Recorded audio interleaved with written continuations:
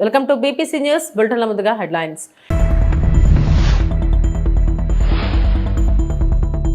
యశో భూమిలో SEMICON India 2025 రెండవ రోజు హాజరైన ప్రధాని మోడీ.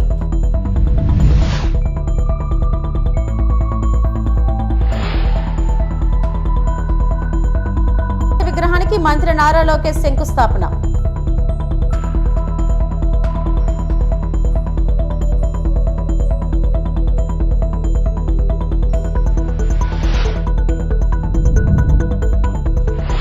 అమరావతిలో జరుగుతున్న పనులను పరిశీలించిన మంత్రి నారాయణ.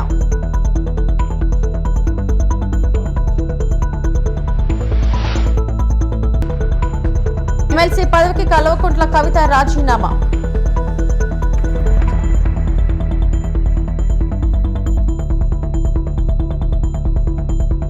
యశో భూమి India international convention and expo centre లో జరిగిన సెమికాన్ ఇండియా 2025 4వ ఎడిషన్ రెండో రోజు కార్యక్రమంలో ప్రధానమంత్రి నరేంద్ర మోడీ పాల్గొన్నారు.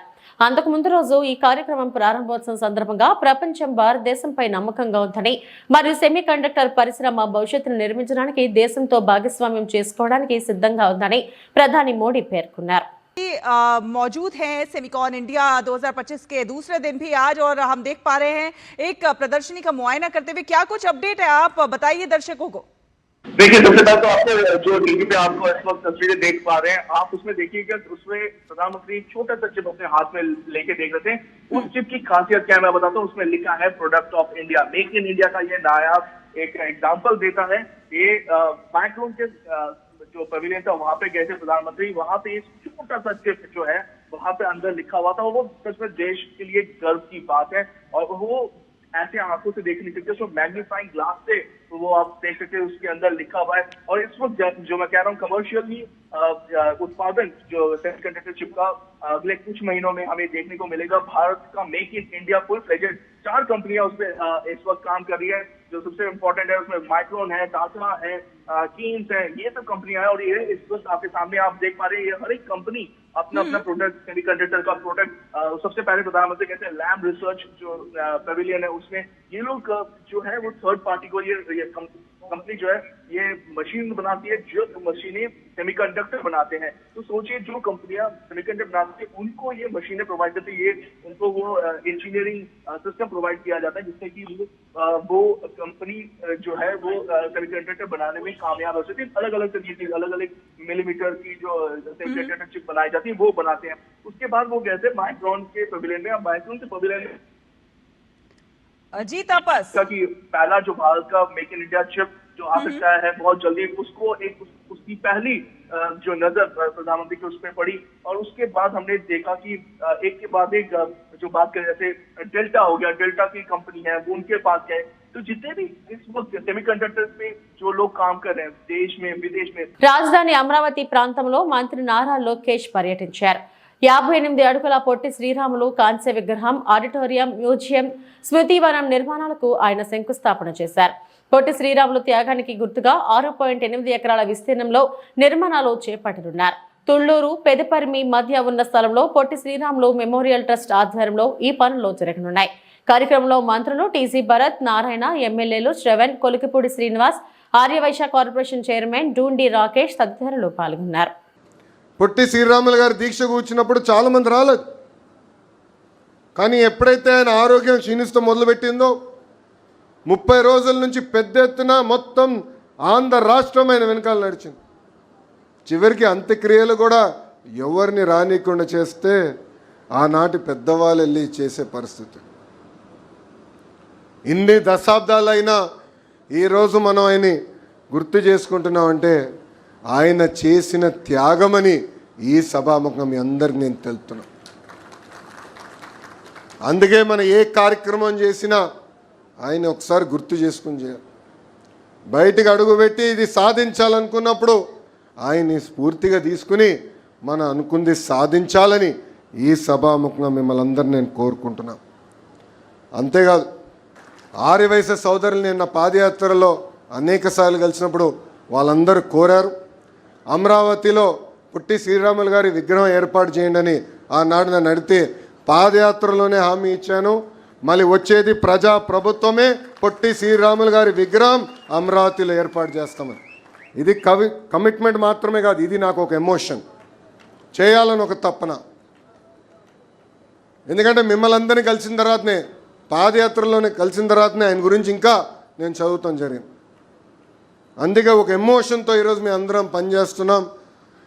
అన్ని రకాలుగా సంఘానికి మేము సహకరిస్తాం, ట్రస్ట్కి మేము నిలబడతాం, కలిసికట్టుగా ముందరికెళ్ళి ఎవ్వరు ఊహించిన విధంగా ఒక అద్భుతమైన స్మృతివనం మనం ఏర్పాటు చేయాలని ఈ సభాముఖంగా అందరు కోరుకుంటూ, నాకు ఇంత అద్భుతమైన అవకాశం ఇచ్చిన ఆర్యవైశ్య సోదరులందరికీ పేరు పేరున నా హృదయపూర్వక ధన్యవాదాలు తెలుపుకుంటూ మీ అందరి దగ్గర నుంచి సెలవు తీసుకుంటున్నాం. అమర్ రహే పొట్టి శ్రీరాములు గారు, అమర్ రహే పొట్టి శ్రీరాములు గారు. జై హింద్, జై హింద్. అమరావతిపై విషప్రచారాలు చేసే వాళ్ళు ఇక్కడికి వచ్చి పనుల్ని పరిశీలించి మాట్లాడాలని మంత్రి నారాయణ సూచించారు. వేల మంది కార్మికులు యంత్రాలతో పనులు జరుగుతుంటే పనులే జరగట్లేదంటూ మాట్లాడుతున్న వారికి ప్రజలే తగిన బుద్ధి చెబుతారని నారాయణ అన్నారు. రాజధాని అత్యంత సురక్షిత నగరమని మంత్రి పునరుద్ఘాటించారు.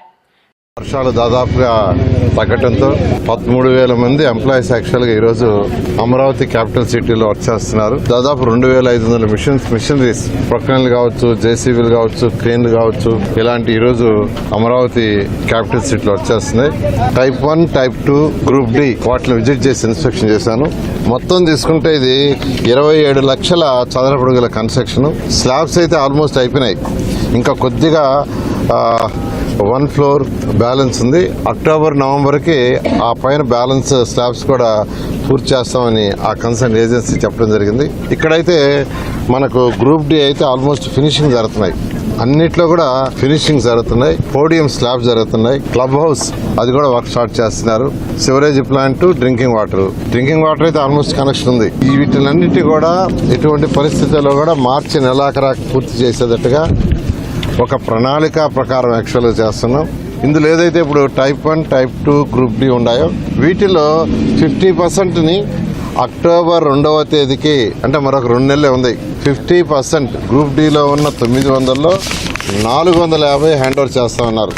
అయితే అన్నీ పూర్తయితే తప్ప ఇక్కడికి అధికారులని ఇన్వైట్ చేయము. అమరావతి క్యాపిటల్ సిటీలో ఏదైతే 360 కిలోమీటర్ల రోడ్డు కావచ్చు, ట్రంక్ రోడ్స్, అదేవిధంగా 1500 లేఅవుట్ రోడ్స్ కావచ్చు, అదేవిధంగా అధికారులకి 4000 భవనాలు కావచ్చు, ఐకానిక్ టవర్స్ కావచ్చు, అసెంబ్లీ హైకోర్టు కావచ్చు, అన్ని పనులు ఎంతో వేగవంతంగా జరుగుతున్నాయి.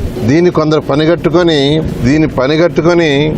అబద్ధాలు చెప్తున్నారు. ఈడొచ్చి చూడండి, వచ్చి చూస్తే తెలుస్తుంది ఎంతమంది పని చేస్తున్నారు, ఎన్ని మిషన్స్ చేస్తున్నారు, ఏం వర్క్ జరుగుతుంది, రోజు రోజుకి ఎంత డెవలప్ అవుతుంది, వీక్లీ ఎంత డెవలప్ అవుతుంది, మంత్లీ ఎంత డెవలప్ అవుతుంది అనేది స్టడీ చేయండి. అంతేగాని అమరావతిలో ఏం లేదు, ఏం జరగట్లేదు, అక్కడ ఏం లేదు, అంతా గ్రాఫిక్స్ అంటాం చాలా తప్పండి. ఇలాగే మాట్లాడితే ప్రజలు క్షమించరు. Amaravati very safe city. ఇక్కడ వాటర్ కూడా నెదర్లాండ్స్ వాళ్ళ డిజైన్ చేసాం. కొండవీటి వాగు, పాలవాగు, గ్రావిటీ కెనాల్ అవి కూడా తవ్వుతూ ఉన్నారు. రిజర్వాయర్లు 3 తవ్వుతున్నారు. ఇవన్నీ కంప్లీట్ అయితే అమరావతి వెరీ సేఫ్ సిటీ, చాలా సేఫ్ సిటీ, చాలా చక్కగా కన్స్ట్రక్షన్ జరుగుతుంది. ఎటువంటి పరిస్థితుల్లో కూడా ఏదైతే ప్రజలకు మాట ఇచ్చామో 3 సంవత్సరాల లోపల అమరావతి క్యాపిటల్ సిటీ పూర్తి చేయడం జరుగుతుంది. యూరియా పేరుతో భారీ స్కామ్ జరిగింది. 200 కోట్ల మేర చేతులు మారాయని ఆరోపించారు వైఎస్ఆర్ కాంగ్రెస్ పార్టీ సీనియర్ నేత, మాజీ మంత్రి కాకాని గోవర్ధన్ రెడ్డి. నెల్లూరులో మీడియాతో మాట్లాడిన ఆయన, చంద్రబాబు మాటలు ప్రకటనలకే పరిమితం, యూరియా కొరత ఉండదని రైతులు ఆందోళనలు చేస్తున్న చర్యలు శూన్యమన్నారు. క్షేత్రస్థాయిలో యూరియా దొరక్క రైతులు తీవ్ర ఇబ్బందులు పడుతున్నారు. రైతులు ఎదుర్కొంటున్న సమస్యలు వ్యవసాయ శాఖ మంత్రి అచ్చెన్నాయుడుకు క్యాజువల్ గా అనిపిస్తుందని మండిపడ్డారు. యూరియా కోసం రైతులు క్యూలో నిలబడితే తప్పేంటని అవమానకరంగా అచ్చెన్నాయుడు మాట్లాడటం దారుణమన్నారు. రైతు ప్రయోజనాలను పణంగా పెట్టి ప్రైవేట్ డీలర్లకు యూరియా ఎందుకు ఇస్తున్నారని ప్రశ్నించారు. బ్లాక్ మార్కెట్ ను నియంత్రించకపోవడంలో ఆంతర్యం ఏంటని నిలదీశారు.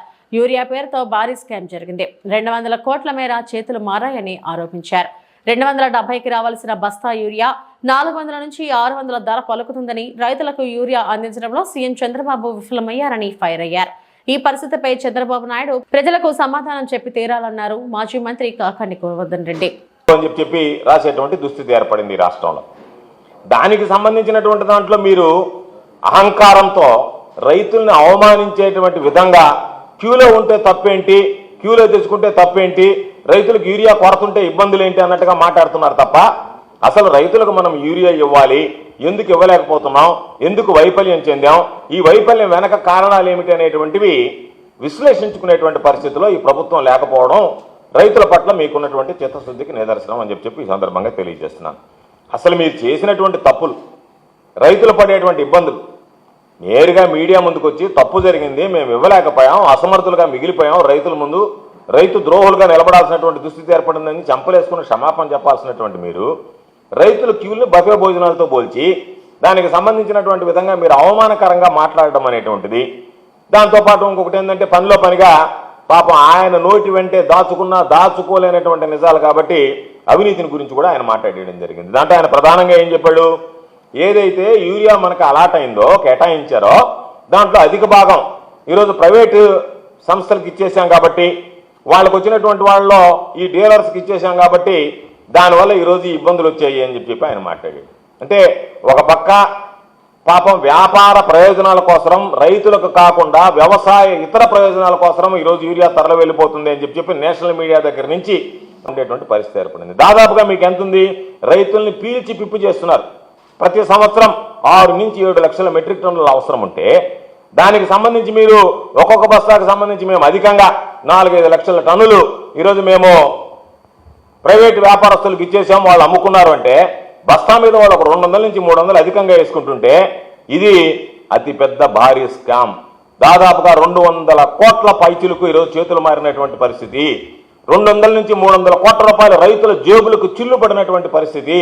పాపం రైతులు అయ్యో అనేటువంటి పక్క గిట్టుబాటు ధర లేక వ్యవసాయం సంబంధించి ఏమి చేయాలనేటువంటిది పాలు పోనటువంటి పరిస్థితుల్లో మీరు యూరియా విషయంలో ఇంత నిర్దయగా దయ లేకుండా కక్ష సాధింపులాగా రైతుల మీద మేము కక్ష పెంచుకున్నాం, వ్యవసాయం అంటే మాకు గిట్టదు, రైతులంటే మాకు పడదు, కాబట్టి మేము రైతు వ్యతిరేక ప్రభుత్వం అనేటువంటి విధంగా ఈరోజు మీరు రైతుల మీద పాపం కక్ష సాధింపులకు పాల్పడినట్టుగా ఉంది, రైతులను అడ్డం పెట్టి దోచుకున్నట్టుగా ఉంది తప్ప ఈ ప్రభుత్వం రైతు ప్రయోజనాల గురించి పట్టించుకునేటువంటి పరిస్థితి కనిపించడం లేదు. ఇది దురదృష్టకరమైనటువంటి విషయం. అందుకనే ఇది మొత్తం ఏదైతే 200 నుంచి 300 కోట్లు ఉన్నాయో దీన్ని మేసేసినటువంటి వ్యక్తి ఎవరు అనేటువంటి దాన్ని ఈరోజు ప్రధానంగా గుర్తించాల్సినటువంటి అవసరం ఉంది. ఇప్పటికే రైతులు ఆ విషయం గమనించారు. ఇది చంద్రబాబు నాయుడు వాటాలోకి పోయిందా, చంద్రబాబు నాయుడుకి తెలియకుండా అచ్చెన్న గారి చిలక్కొట్టుడా, లేకపోతే ఎక్కడికి పోయిందనేటువంటిది ఈ మొత్తానికి సంబంధించి ఇంత పెద్ద మొత్తం భారీగా చేతులు మారితే దీన్ని, ఎందుకంటే ఇంతకుముందు అచ్చెన్నాయుడు గారు ఈఎస్ఐ స్కామ్ చూసాం, ఆయన దాంట్లో స్కామ్కు పాల్పడి నేరుగా జైలుకి వెళితే ఆ తర్వాత నాకు ఆరోగ్యం బాగలేదని చెప్పి తనకు సంబంధించినటువంటి ఆసుపత్రిలో సేద తీరాడు. పార్టీకి నష్టం కలిగిస్తుందంటూ బీఆర్ఎస్ నుంచి సస్పెన్షన్ గురైన కవిత ఎమ్మెల్సీ పదవికి పార్టీ ప్రాథమిక సభ్యత్వానికి రాజీనామా చేశారు. ప్రజా సమస్యలపై పోరాడటం, కేసీఆర్ స్ఫూర్తిగానే సామాజిక తెలంగాణ గురించి మాట్లాడటం, పార్టీ వ్యతిరేక కార్యకలాపాలు ఎలా అవుతాయన్న కవిత ఉన్నపలంగా సస్పెండ్ చేయడం బాధించిందని అన్నారు. తనపై కుట్రలు జరగనున్నాయని పార్టీకి చెప్పుకున్నా తన సోదరుడు కేటీఆర్ నుంచి కనీస స్పందన లేదని ఆవేదన వ్యక్తం చేశారు. హరీష్ రావు, సంతోష్ రావులపై మరోమారు తీవ్ర ఆరోపణలు చేసిన కవిత మేకవన్య పులులని వ్యాఖ్యానించారు. హరీష్ రావు ట్రబుల్ షూటర్ కాదని బబుల్ షూటర్ అని ఆరోపించారు. కుటుంబాన్ని విచ్ఛిన్నం చేసి పార్టీని హస్తగతం చేసుకోవాలనే కుట్ర జరుగుతుందని ఆరోపించారు. భారత రాష్ట్ర సమితి నుంచి ఒక ప్రకటన మీ అందరి ద్వారా నేను మీడియాలో చూడడం జరిగింది. మరి బీఆర్ఎస్ నుండి వచ్చినటువంటి ఈ ప్రకటనలో పార్టీ ఎమ్మెల్సీ శ్రీమతి కె కవిత ఇటీవలి కాలంలో ప్రవర్తిస్తున్న తీరుతెన్నులు, కొనసాగిస్తున్న పార్టీ వ్యతిరేక కార్యకలాపాలు బీఆర్ఎస్ పార్టీకి నష్టం కలిగించే రీతిలో ఉన్నందున పార్టీ అధిష్టానం ఈ విషయాన్ని తీవ్రంగా పరిగణిస్తున్నది. పార్టీ అధ్యక్షులు శ్రీ కె చంద్రశేఖరరావు గారు శ్రీమతి కె కవితను తక్షణం పార్టీ నుండి సస్పెండ్ చేస్తూ నిర్ణయం తీసుకున్నారని చెప్పి మరి నాకు ఒక ప్రకటన నిన్న టీవీల ద్వారా అందుకోవడం జరిగింది.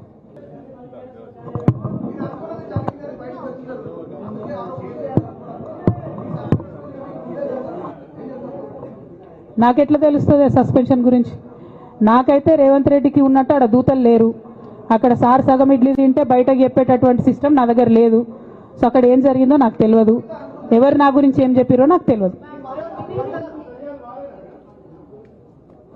Ma'am, it is but natural. అమ్మతోని మాట్లాడకుండా ఎవరైనా ఉంటారా? First of all. Second of all, ఈ మొత్తం పరిణామంలో కూడా మా మదర్కి దూరంగా ఉండాల్సి రావడమే బాధాకరం. ఇంతకు మించి బాధ ఇంకోటి లేదు. పొలిటికల్ పొజిషన్స్ వస్తాయి పోతాయి, ఇవి వేస్ట్. ఇవి అమ్మలేని లోటు ఎవరు కూడా తీర్చలేరు. ఆ ఒక్క బాధ తప్ప ఇంకేం లేదు. ఇది మాత్రం నా ఇంటిగ్రిటీ నిరూపించుకోవడం కోసం నేను రాజీనామాలు చేస్తున్నా. నాకు పార్టీ వల్లనే ఎమ్మెల్సీ వచ్చింది, దానికి రాజీనామా చేస్తున్నా. నేను పార్టీకి నష్టం చేసినాను అని చెప్పి పార్టీ నాయకులు మా నాన్నగారు భావిస్తున్నారు కాబట్టి పార్టీకి కూడా రిజైన్ చేస్తున్నా. ఎమ్మెల్సీ కవితపై భారత రాష్ట్ర సమితి అధిష్టానం వేటు వేసిన అంశంపై మాజీ మంత్రి మేడ్చల్ ఎమ్మెల్యే మల్లారెడ్డి స్పందించారు. బోయినపల్లి శ్రీ వెంకటేశ్వర లారీ అసోసియేషన్ ఆధ్వర్యంలో జరిగిన గణనాథుడి ప్రత్యేక పూజ కార్యక్రమంలో ఆయన పాల్గొన్నారు. అనంతరం మీడియాతో మాట్లాడుతూ పలు వ్యాఖ్యలు చేశారు. భారత రాష్ట్ర సమితి పార్టీని ధిక్కరించిన కవితపై వేటు వేయడం సరైన నిర్ణయమేనన్నారు. కుమారుడు కుమార్తె కాదు, కేసీఆర్ కు పార్టీయే ముఖ్యమన్నారు. భారత రాష్ట్ర సమితిని ధిక్కరించే వారికి ఇదే గతి పడుతుందని చెప్పారు. దేశవ్యాప్తంగా ప్రతి పార్టీలో ఇలాంటి సస్పెన్షన్లు, ప్రతి కుటుంబంలో గొడవలు ఉండటం సహజమన్నారు. కేసీఆర్ లాంటి గొప్ప వ్యక్తి తెలంగాణకు నాయకుడిగా ఉండటం మనందరి అదృష్టమన్నారు. ఇప్పుడు ఎమ్మెల్సీ కవితని బహిష్కరించారు కదా, దానిపైన మీరు ఏమంటారు? మీ ఒపీనియన్. చూడు, కేసీఆర్ దగ్గర బిడ్డైనా కొడుకైనా ఎవరైనా అన్సే పార్టీని ధిక్కరిస్తే సస్పెండ్ చేయవలసిందే. సెకండ్ ఆప్షన్ లేదు. కేసీఆర్ అంటే మీకు తెలియదు, ఆయన ఒక పెద్ద ఇది యుగ పురుషుడు భారతదేశంలోనే. అలాంటి మనిషి బిడ్డే కొడుకు, ఆయనకు ప్రజలు ఇంపార్టెంట్, తెలంగాణ ఇంపార్టెంట్, బిడ్డే కొడుకు కాదు. కాబట్టి ఆయన దేనికైనా తెగిస్తాడు. అలాంటి మనిషి మనకు దొరకడమే, కేసీఆర్ లాంటి దొరకడమే మన అదృష్టం. అంటే కాళేశ్వరం అంశంలో అరే కాళేశ్వరం లేదు, ఏం లేదయా. నువ్వు 3 లక్షల మెట్రిక్ టన్నుల ధాన్యం పండించిన ఘనత కేసీఆర్ దయా. వీళ్ళేంది అంతా 3D సినిమా లెక్క డ్రామాలు ఆడుకుంటా కాళేశ్వరం అని, కూలిపోయిందని, అదని, ఇదంతా బక్వాసయా. ఏంది అది? కేసీఆర్ అంటే ఓ చరిత్ర, ఒక హిస్టరీ. భారతదేశంలో తెలంగాణలో ఒక ఆదర్శ రాష్ట్రంగా తీసుకుపోయిండు. ప్రపంచం అంతా ఎదురు చూసింది కేటీఆర్ కోసం, కేసీఆర్ కోసం. అలాంటి మనుషులను పట్టుకొని కాళేశ్వరం అని, కేసు అని, సిబిఐ అని, ఏంటది? అది కరెక్ట్ కాదు. ఇట్లా చేస్తే ఈ సిబిఐలు, ఈ కేసులు ఇవన్నీ కూడా ఆయన అద్రగణం చేస్తే ఏ సీఎం కూడా పనిచేయలేడు. అంత గొప్ప సీఎంను పట్టుకొని ప్రపంచంలో ఎత్తైన ప్రాజెక్టు, లిఫ్ట్ ఇరిగేషన్ ప్రాజెక్టు కడితే దాంట్లో ఒక రెండు పిల్లలు పోతే కుంగిపోతే ఉంటున్నా. ఇంత పెద్ద వర్షాలకు ఎట్లుంది అది? కాళేశ్వరం కుంగిపోయిందా, కూలిపోయిందా? దాన్ని పట్టుకొని కాళేశ్వరం అనుకుంటా దాన్ని రకరకాల ఇబ్బంది పెట్టి ప్రజలకు వెళ్ళకుండా, అది చాలా బాధకరం. కుటుంబంలోనే ఇంత అరే అవుతుందా? ఎవరి కుటుంబంలో ఉంటాయి ప్రాబ్లమ్స్, వస్తాయి. ఏ ప్రాబ్లం ఎట్లరా? దేశమంతా వచ్చినాయి, దేశమంతా సస్పెండ్ చేయలేదా? వాళ్ళ బిడ్డలను, వాళ్ళ తమ్ములను, వాళ్ళ కాకాయలను, వాళ్ళ బామ్మర్దులను, దేశం అంతా అయింది. ఇది కొత్తగానా సస్పెండ్ చేసేది? ఎవరైనా పార్టీకి ధిక్కరిస్తే సస్పెండ్ చేస్తారు. చూసుకుంటే కూర్చుంటారా ఏంది? పార్టీ అరే సొంత కూతురు ఉండనని ఎవరైనా ఉండనయా? అరే చేస్తారయా, అందుకే కదా సస్పెండ్ చేసింది. అమెరికా సుంకాల నేపథ్యంలో స్వదేశీ వస్తువులను వాడాలన్న ప్రధాని సూచనను ప్రతి ఒక్కరూ పాటించాలని బీజేపీ రాష్ట్ర అధ్యక్షుడు మాధవ్ పిలుపునిచ్చారు. సారథ్యం యాత్ర రాష్ట్రవ్యాప్త పర్యటనలో భాగంగా ఏలూరులో పర్యటించిన ఆయన బిర్లా భవన్ హోటల్లో చాయ్ పే చర్చ కార్యక్రమంలో పాల్గొన్నారు. స్థానికులతో మాటామంతి నిర్వహించి జిల్లాలో దీర్ఘకాలికంగా ఉన్న సమస్యలు తెలుసుకున్నారు. అనంతరం కేంద్ర ప్రభుత్వం అమలు చేస్తున్న పలు పథకాలను ప్రజలకు వివరించారు. అనంతరం ఏలూరు పాత బస్టాండ్ నుంచి జూట్ మిల్ వంతెన వరకు నిర్వహించిన శోభాయాత్రలో భాగంగా ఎమ్మెల్యే కామినేని శ్రీనివాస్, బీజేపీ రాష్ట్ర ఉపాధ్యక్షులు గారపాటి సీతారామాంజనేయ చౌదరి పార్టీ శ్రేణులతో కలిసి పాదయాత్ర చేశారు. ఊర్లో తయారు చేసే వస్తువుల్ని కొనటం ప్రారంభించండి. ఎవరికైనా మీరు ఏదైనా గిఫ్ట్ ఇవ్వాలనుకుంటాం, మీ ప్రాంతంలో ఉండే హ్యాండీక్రాఫ్ట్ ఇవ్వండి. అలాగే స్వదేశీ ఉద్యమం మరొకసారి ప్రారంభించాలని చెప్పి ఆయన మొన్న ఆగస్టు 15 ఎర్రకోట జెండా ఆవిష్కరణ సమయంలో కూడా మరొకసారి స్వదేశీ ఉద్యమం కోసం పిలిపించారు. అలాగే మొన్న జరిగిన మన్ కీ బాత్ లో స్వదేశీ యొక్క ఆలోచన తత్వాన్ని మనం తప్పనిసరిగా పెంచుకోవాలి. స్వభాష, స్వభూష, మన యొక్క వంటలు, మన యొక్క పండగలు, మన యొక్క సాంప్రదాయాలు, మన వాళ్ళు తయారు చేసే వస్తువుల్ని మనం కొనటం ద్వారా ఏం చేస్తామంటే మన వాళ్ళకి మన యొక్క ఆర్థికంగా మన దేశంలోనే డబ్బులు తిరిగే పరిస్థితి ఉంటుంది. తద్వారానే దేశ నిర్మాణం అవుతుంది. వాడు అమెరికా ఆంక్షల నుంచి బయటపడాలంటే ఇది తప్ప ఇంకొక మార్గం లేదు. కనుక పెద్ద ఎత్తున మనందరం కూడా తప్పనిసరిగా స్వదేశీ వస్తువులు వాడే విధంగా, మీరు తినే ఆహారం, మీరు వాడే వస్తువులు ఏదైతే ఎఫ్ఎంసీజీ వస్తువులు, కాస్మెటిక్స్ ఏవైతే ఉన్నాయో అవన్నీ కూడా మన దేశంలో ఉత్పత్తి అయ్యే వస్తువులనే వాడే ప్రయత్నం మనందరం కూడా చేయాలి. ఆ విధంగా నరేంద్ర మోడీ గారు పిలిపించారు. అదే మన అన్ని సమస్యలకి కూడా పరిష్కారం అవుతుంది. మన వాళ్ళు చిన్న చిన్న కుటీర పరిశ్రమలు బ్రతకాలి అంటే వాళ్ళు తయారు చేసుకుని కొంటే వాళ్ళు బ్రతుకుతారు, వాళ్ళు బ్రతికితే మనం బ్రతుకుతాం. సో ఆ విధంగా ఒక పెద్ద ఉద్యమం మనం చేస్తున్నాం. అలాగే మన ప్రాంతానికి సంబంధించిన డిగ్రీ కాలేజ్, జూనియర్ కాలేజ్ సంబంధించిన సమస్య పైన మనది యాక్చువల్గా ఏలూరులో మంచి విద్యా వ్యవస్థ, ఇంజనీరింగ్ కాలేజీలు కానీ మొత్తం డిగ్రీ కాలేజీలు కానీ బాగా ఉంది. విశాఖపట్నంలో ఆంధ్ర యూనివర్సిటీకి అనుబంధంగా బయటకు వచ్చిన తర్వాత కూడా సిఆర్ రెడ్డి కాలేజ్ అంటే అనేక మందికి విద్యాదానాన్ని అందించిన ప్రాంగణాలు. మా ప్రాంత వాళ్ళు కూడా ఇక్కడికి వచ్చి చదువుకొని ఉన్నత స్థితికి వెళ్ళారు. కనుక ఇప్పుడు డిగ్రీ. దక్షిణ కాశీగా ప్రముఖ పుణ్యక్షేత్రం శ్రీకాళహస్తీశ్వర దేవస్థానం ఆలయంలో 3వ తేదీ నుంచి 7వ తేదీ వరకు పవిత్రోత్సవాలు దేవస్థానం నిర్వహించారు. తొలి రోజున బుధవారం సాలపురుగు, ఏనుగు పాము, భరద్వాజ మహర్షి ఉత్సవ మూర్తులకు అభిషేకాలు నిర్వహించారు. ముందుగా కలశ స్థాపన, గణపతి పూజ, పుణ్య వచనము, కలశానికి పుష్పాలతో పూజలు చేసి ఉత్సవ మూర్తులకు పాలు, పెరుగు, తేనె, చందనముతో అభిషేకం చేశారు. ఆపై దీప ధూప నైవేద్యం, అఖండ దీపారాధన, కర్పూర హారతి సమర్పించారు. ఈ కార్యక్రమంలో డిప్యూటీ ఈవో కృష్ణారెడ్డి, ఆలయ అధికారులు మరియు భక్తులు పాల్గొన్నారు.